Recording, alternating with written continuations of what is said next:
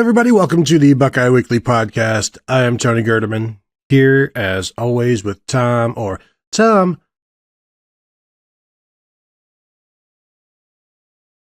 how's it going?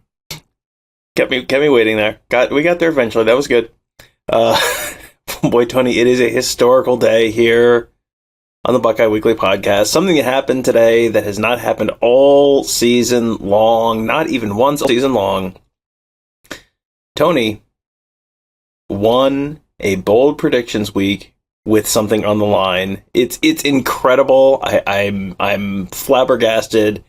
Very proud of you. I can tell you're getting cocky because of how long the power pause was. You're feeling very powerful today. In case people are wondering why, that's the answer. Tom, there are always stakes on the line, and I have won many weeks with those same different kinds of stakes on the line. So, yes, I have won the battle to avoid the cot of shame, and this is going to be a long trip. I have suggested we stay longer in Maryland, just so that you can feel the brunt of the shame and also the cot.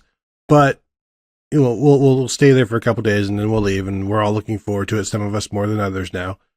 But yes, congratulations to both of us, Tom. One for me winning last week, and two, you acknowledging it, because that's also a change. Yes, and I do deserve some congratulations for screwing up the 220, 223, 220 thing in a historic way. I've never once gotten that correct. And last week I was very, very clever, and I thought, aha, they're going to throw the ball more than they run it. So instead of going 220, 220, they're going to go 180 and 375. Certainly they will do this. Instead of going 220, 220 last week, Tony, they went 320, 320, but didn't hit 375 yards. It was like, if they were doing this for spite, for this specific thing, they could not have done a better job. It was incredible. And I am here for it. Tom, you mentioned the stakes and last week, and I have forgotten to tally up the Buckeye Huddle posters and what they have done. Let's just assume they did not do well. I think that's a fair assessment. But we'll just run quickly what I got right. I had Jack Sawyer with 2 impact plays. He finished 2 sacks. I had, that might have been, I had another one in there somewhere. No, that's it. I just had the one. And then I got one from you, which was OSU will not have a punt blocked. And then, Tom, what did you get right? I got the one from you, which was Tommy Eichenberg would have 3 tackles or more. That was good. I mentioned the one on, the one that I missed and the stupid way that I missed it. I also missed the one where they score touchdowns on plays of between 1 and 7, more than 7, less than 17, 17 and 34, and then more than 34 yards. I had 2, 3, and 3 in each of those 3 categories, but somehow they managed to not score a touchdown between 17 and 34. Again, this is pure spite at this point. I looked at the number of scores in the box score and I went, well, certainly they will have done this. No, in fact, they did not. They at one point were outgaining Indiana by close to 200 yards, 300 yards in the first half, which was 2 points, would have won me the thing. Then Indiana had that one long stupid play, and that killed that. It was a bitterly disappointing day all around, Tony. But Tony, we're gonna bounce back. It's gonna be a whole new week down in Maryland this week. I can feel it. Will it? Let's see, and let us begin our bold prediction show. Yes, welcome to our bold prediction show. As we head get ready to head to Maryland. Tom, I guess I will go first. You sure will. Because I know I can't wait. I've been waiting for this one since I came up with it, because I know it's going to infuriate you and it's going to make you angry. So I was going to save this for last, but I can't. Tom, at least 2 Ohio State defensive ends will contribute to a sack this week. That feels like, what's the opposite of bold? Not bold? It feels like not bold. So I'm sure there's some weird loophole you're about to slither through. Go on. As I slither, Tom, there's only been one game against Power 5 opponents where Ohio State has had 2 defensive ends have a sack in the same game. So by Power 5 opponents, you mean it's happened, 3 times this year? No. It's only actually happened twice over the entire season, including all opponents. Mm. So 2 times in 10 games have 2 Ohio State defensive ends had a sack in the same game. Well, then I guess I'm sort of forced to grudgingly allow this. So, all right, fine, jerk. Now, what I will also say, Tom, is I can combine a defensive end who has 2 sacks with a defensive end who has 0 sacks. Yeah, no, you definitely cannot. You definitely cannot. 2 different defensive ends need to be on the stat sheet with at least a sack, yes. All right. So my first one, Tony, this is the pinnacle of boldness because I've tried it so many times and it has never happened. But Tony, 220 yards rushing and 220 yards passing. Tony, I'm going to tin cup my way into getting this one right at some point. I'm going to keep hitting this one into a lake until at some point it hits. But Tony, I have a feeling this is the week it hits 220. It has literally never happened in the history of the universe that I have predicted this, and it actually happened. So this is the very definition of both insanity and boldness. Well, Tom, I will let you know that it's not quite as bold as you think because I have also written down 220, and it has happened for me a couple of times. So I honestly feel like this could be a 260 type of thing because if you look at what Maryland has given up over the last few weeks, they're around 250 yards per game. So, is this where we start to bid each other up? Because let me know where you feel comfortable, and I'll say go a little bit higher than that. Well, you bid it up to 260 there. So my question is whether I want to beat that by 9 on both sides or just let you have it at 260. And I think I'm going to let you just have it at 260. 260 for Tony. 260. All right. Gosh darn it. The good news for Ohio State fans is now this will hit. And if I had done it, it would not have hit. So it'll be fine. I can't believe you're not just letting me have this, because this is just a free wrong one every single week. This one feels really right, though, this week. 220, given what... I assume Mayan Williams is not going to play, so Ohio State will be doing it without him, which makes it a little bit more difficult, but everybody else has been able to do it without Mayan Williams the last 3 weeks against Maryland, so I'll take 260. That feels more like a 1.5 pointer, but it is what it is. All right, so Ohio State has not had a game with 3 players having 5+ carries in a game since Wisconsin. It's only happened twice all year. They will have 3 players with at least 5 carries on Saturday. I hate this so much because you just tricked me into it's only happened twice all year. And, that's 20% of the time. So, oh gosh, Tom, I'm so angry at this one. Now, when you say 3 players... You just mean 3 players, right? Gosh dang it! If by 3 players you mean 3 players, then yes. What else? What else specifically would I have meant by 3 players? I'm just getting back to the receivers versus pass catchers, type of discussion. But 3 players with at least 5 carries. Now we're taking sacks out of that, right? I don't think anyone said that. I have not gone back and stack adjusted the previous game, so I'm not sure. Let's just say if CJ Stroud gets sacked 5 times, that should not count towards the number. Okay, if CJ Stroud gets sacked 5 times, it will not count towards the number. Agreed. Okay, since you've got 2, I've got 2 now. Emeka Egbuka, his last 3 games, 53 yards receiving, 6 yards receiving, 38 yards receiving. Total, last 3 weeks, 97 yards. He has at least 97 yards receiving on Saturday, as many as the 3 previous games combined. Yeah, I can't dispute that one. I was actually thinking about making a 2 or 3 pointer that he would hit 1,000 yards this week because he's like 166 yards or something like away. But Emeka Egbuka at least 97 yards receiving at receiver. 3 players with at least 5 carries. That is so annoying, Tom. CJ Stroud is going to have 2 rushes and 3 sacks. You're going to be like, boom, hit it. And I hate it. CJ Stroud has not been sacked 3 times, I don't think, all year long. He has not been sacked at all the last 2 weeks. Because I looked at that. Maryland has not been particularly sack capable, and there's been a lot of 1s and maybe a couple 2s for CJ Stroud. He really has not been sacked very much this year. Tom, can't you just let me be upset? Just let me be upset. If you would like to pick CJ Stroud to get sacked 5 times, I will give you 3 points for that one. No, I like my 3-pointer. as one would. All right, my next one. This is something that has not happened since 2019 for Ohio State. That's like 50 games. A backup quarterback will throw a touchdown pass for Ohio State, Kyle McCord.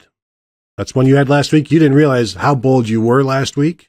Kyle McCord throws a touchdown pass this week. Kyle McCord threw a touchdown pass this year. Didn't he? No. Did he? I'm almost positive that he did. Oh, no, he had the Jaden Ballard thing. Yeah. Well, wow. It's only the second time since 2019. You had it last week, so it has to be bold this week anyway. So yeah, it's fine. I thought about it. So yes, Kyle McCord throws a touchdown. Can we at least narrow it down to? Yes, yeah. Kyle McCord throws a touchdown to a player. Yes, that is a helpful clarification there, because I didn't want you to try and be like, oh no, he threw it to Studo, the mascot. It still counts. Like what? No, that's not. No. All right, Kyle McCord throws a touchdown to a player this weekend. All right, good. During the actual game action, warm-ups don't count. Just to be clear, I could see you trying to slither through that loophole. Hey, Tony, speaking of loopholes, since we've established that the previous 3 games worth of receiving totals would be a good baseline for things, you know how many receiving yards Julian Fleming has had the last 3 weeks? Not a lot, and that's not a good baseline. Would it surprise you if I told you it was 27, 7, and 24, which totals 58 yards, Tony? And would it surprise you that I think he is going to total at least 58 yards receiving on Saturday? Well, the problem with that, Tom, is that up until those 3 games, that's about what Julian Fleming was averaging. He was averaging 57.6 yards receiving per game before those 3 games.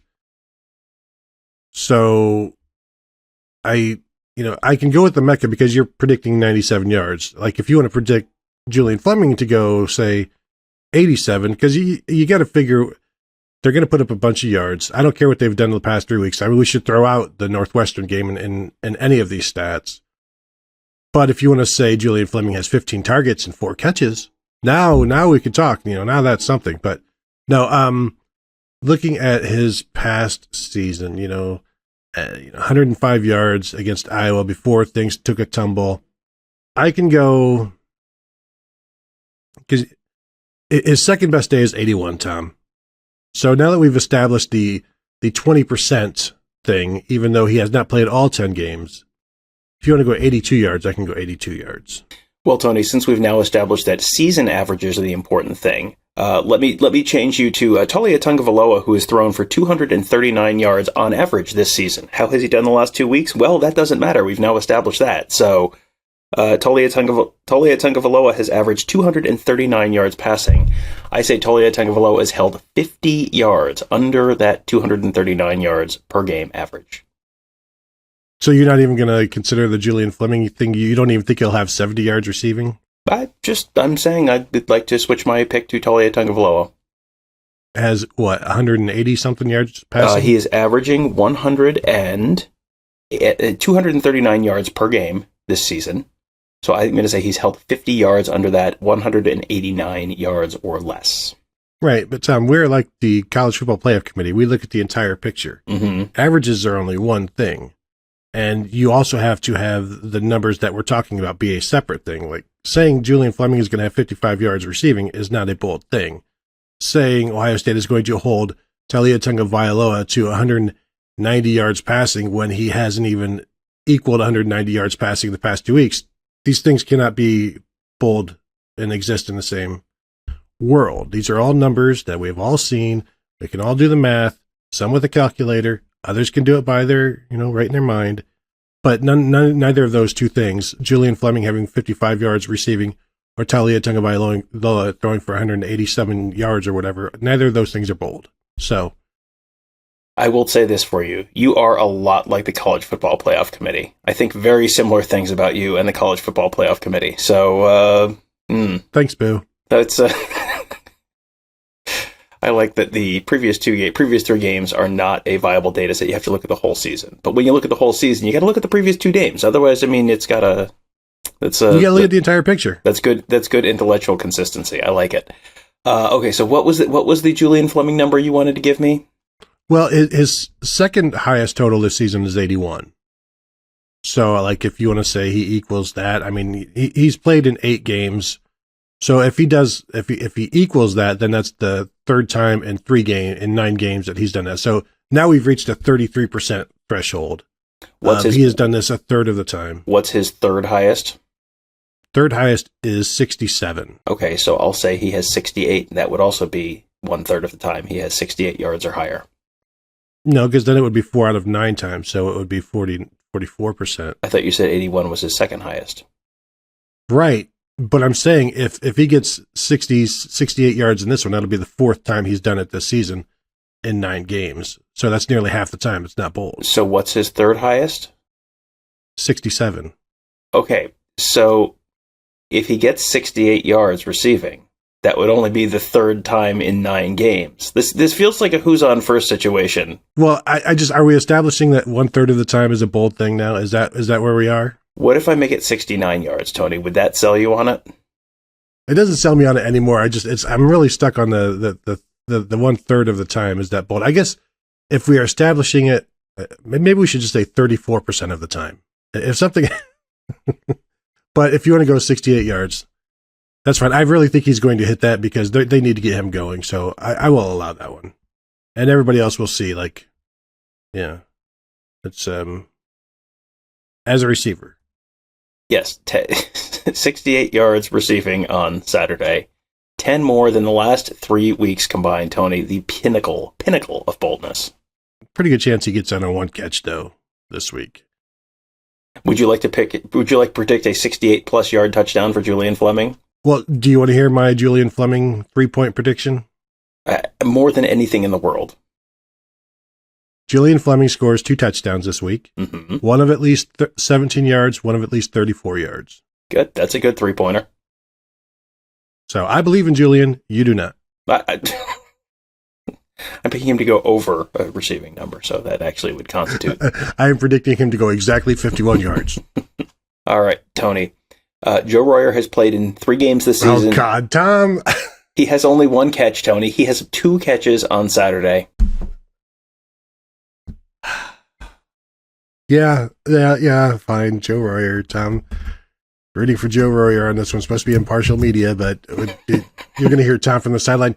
Get Royer in. Yeah, get Royer in. Hey, where's Royer? That sort of thing. 2 catches for Joe Royer. You know, but I can't. Obviously, I can hate all of these, but I can't hate that.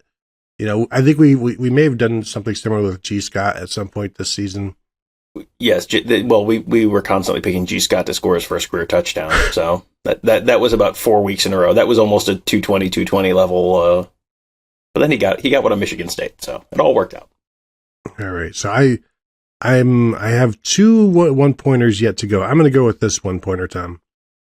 And I don't know how many times Ohio State has done this season, but it's a big number. Ohio State has at least 1 200-yard quarter. That is a big number. I would like to know. There's no way to know. Well, yeah, literally no way to know. Yeah, I feel like there is a way to know. I feel like they might have. Did they do that last week? The first quarter might have been 200 yards last week. Let me see. I can look real quick. They might have done it there. They almost certainly did it against who'd they play this year? Akron? Toledo. I think they did it against Toledo this year, I would bet. Pulling up I've got the Indiana box score here, scrolling to the first quarter stats. Ohio State, 210 yards of total offense. So we've established they've done it once. Out of how many quarters, Tom? Once out of the last 7 days. Sorry, last 5 days. Yes. So they're literally doing it like almost on average. Tony, they didn't even play football on most of those days. Do you want me to look at another box score? Well, I'm willing to say 210, 211. I think the listeners deserve 217 yards, don't you, Tony? No, this is about us. Listeners are going to listen regardless. Fine, 234. Fine, you talked me into it. I'm curious about what they did at Toledo in the first quarter, and that was 211. No, wait, that was just passing yards. 287. Sorry, how many was it? 287. 287. Wow. That's Toledo. It is Toledo. I think 217 is an exceptionally fair offer here. It's not exceptional or fair, but I will take it because it's supposed to be a bold prediction. And again, the only stakes here are bragging rights, and I will just continue. If I lose, I'll just use my bragging rights from last week. They carry over. So I have a couple here, and one of them is that Maryland finishes with less than half of of all the games they've played at home this year. This is 5 previous home games. They finished with less than half of the point total of the lowest of their previous 5 home games. Will you accept that just on its face?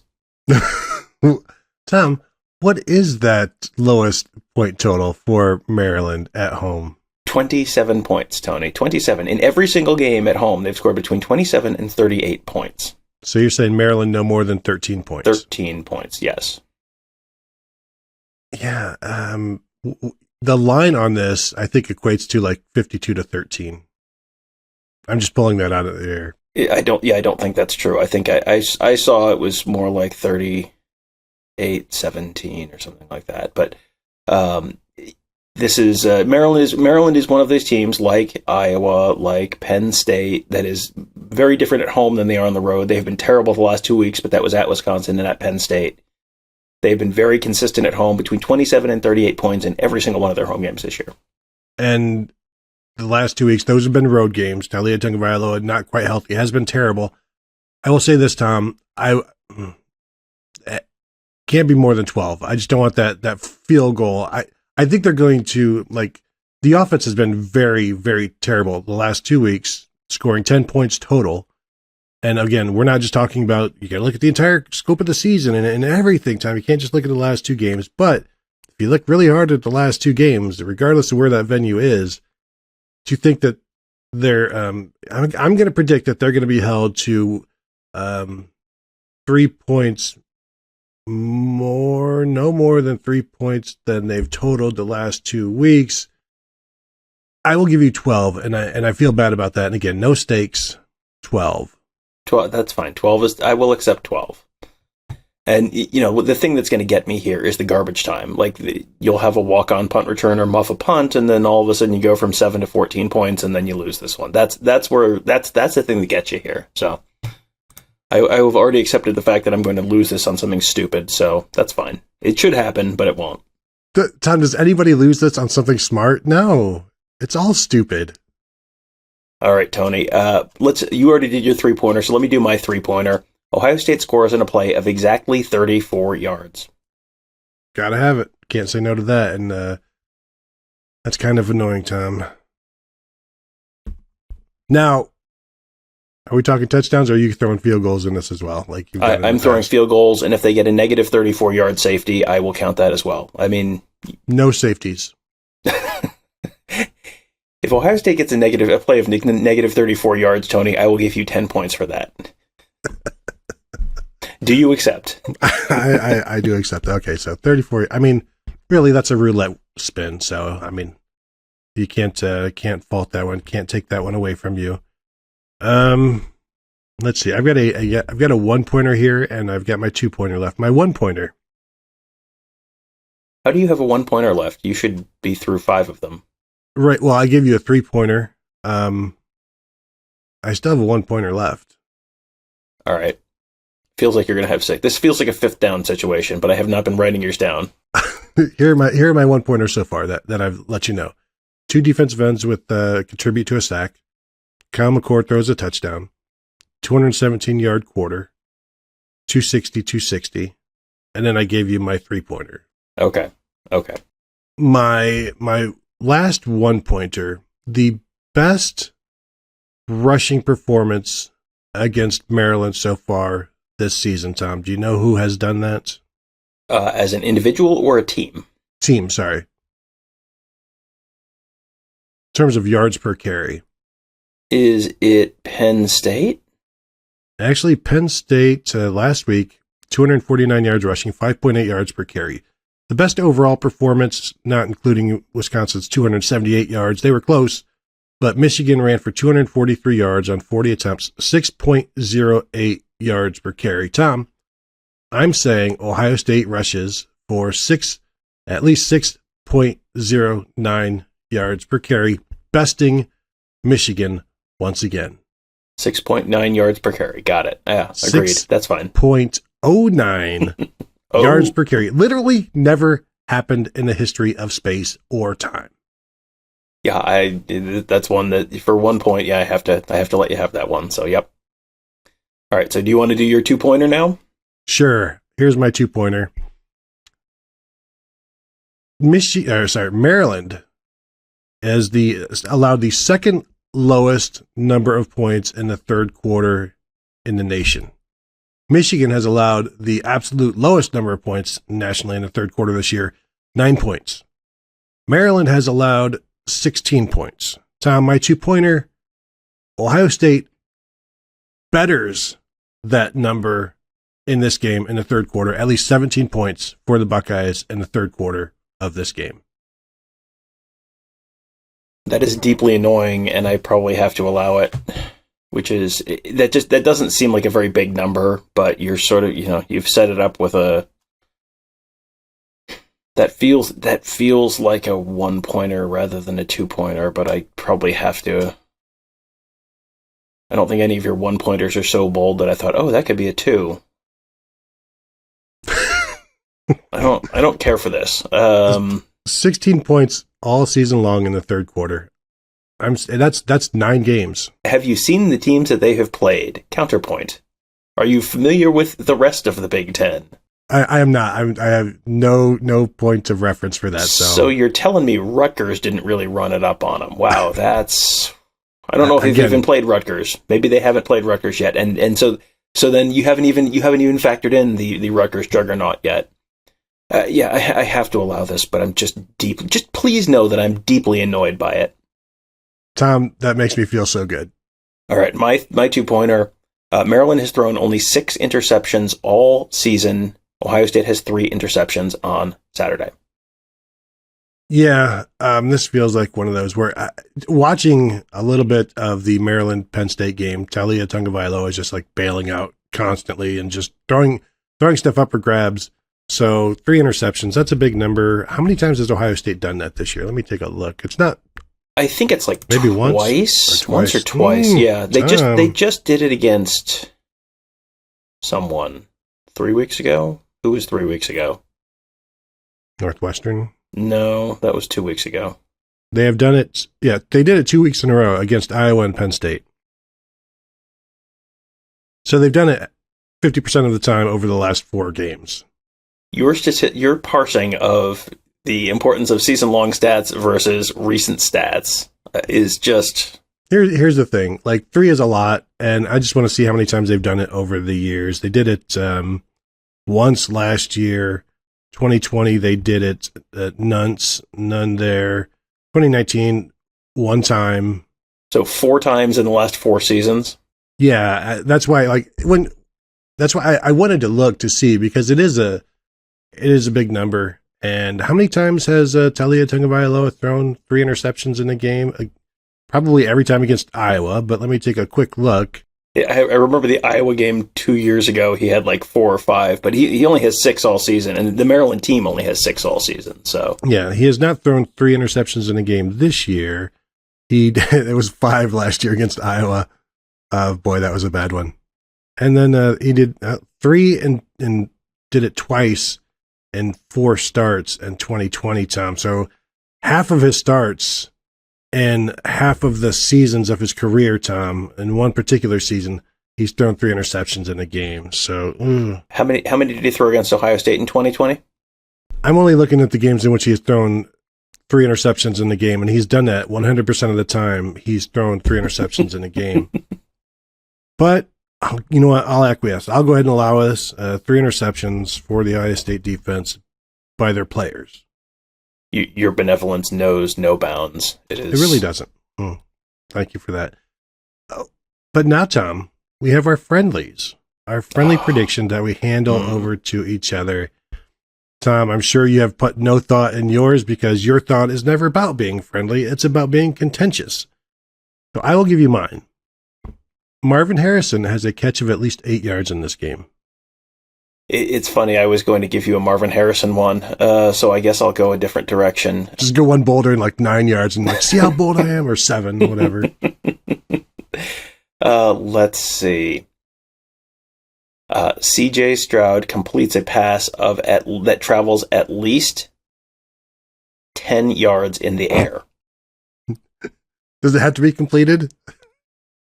He has to complete a pass of at least 10 yards through the air, and not a 10-yard pass. The ball has to travel 10 yards down through the air. Now, there are teams in the Big Ten East who that might be a little bold for. I don't think Ohio State is one of them, but... All right. Now, I will say, Tom, when you say through the air, do you mean downfield? Yes, downfield. Yes, horizontal. We're not going to do Euclidean geometry here to figure out. Well, I mean, it was this far. Yeah, no, we're not. All right, good. I didn't want to mark up my computer screen anyway. Well, and here's the thing, Tony. Neither of us are going to go back and watch this, so we're just going to assume that this hit, so it'll be fine. Congratulations, you've already got one because we're lazy. That's the best kind. All right, I think we have defeated ourselves here, and we are all set, and under the wire-ish. So this is good, Tom. I feel good about this. I don't feel great. You never want to come out of this feeling great. I feel like I see a lot of low numbers on your end. I see a lot of high numbers on my end, which is a concern. But because I mean, you're talking about your numbers of your bold predictions. You got a 3, you've got a 5, you've got a 2, you've got a 3. I mean, you've got as a point. So where I've got 260. 217, 609. Very, very different numbers. But anyway, that's okay. Tom, anything else before we go? No, I think it is best that we just wrap this up and move on with our lives, and more importantly, let everyone else move on with their lives. Tom, if they wanted that, they wouldn't be here in the first place. But with that being said, we will allow everyone to go. I want to thank you. And before you go, check us out at BuckeyeHuddle.com. Please become a member. Say hello to us there. Take part in this bold prediction shenanigan that we have going on every week. You can also find us at youtube.com/BuckeyeHuddle. Subscribe there. Hit the bell to be notified. Give us a thumbs up on this one, please. It would help us, help the algorithm.